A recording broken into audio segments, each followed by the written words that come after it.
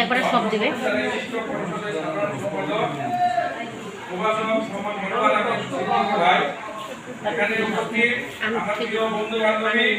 আমাদের সন্তান সন্ততি সদনবৃন্দ, কলেজ মসজিদের ইমাম সাহেব এবং সম্মানিত অতিথিবৃন্দ, আপনাদের সকলকে জানাই আন্তরিক সালাম, শুভেচ্ছা এবং পবিত্র মায়ের রমজানের শুভেচ্ছা।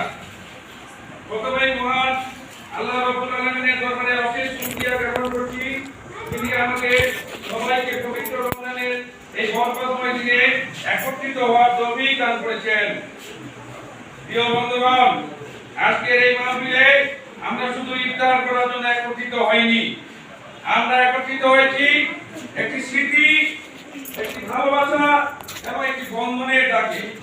যে বন্ধনের শুরু হয়েছিল 1994 সালে একটি শ্রেণীকক্ষে, আর সেই বন্ধন দাঁড়িয়ে আছে একটি সংগঠন, একটি পরিবার এবং একটি মানবিক শক্তি, যার নাম সিগনেচার 94।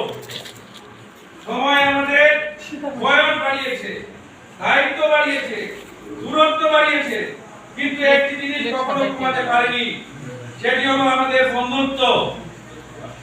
বন্ধুগণ, আজকের এই আয়োজন দিনাজপুর জেলার বীরগঞ্জ উপজেলার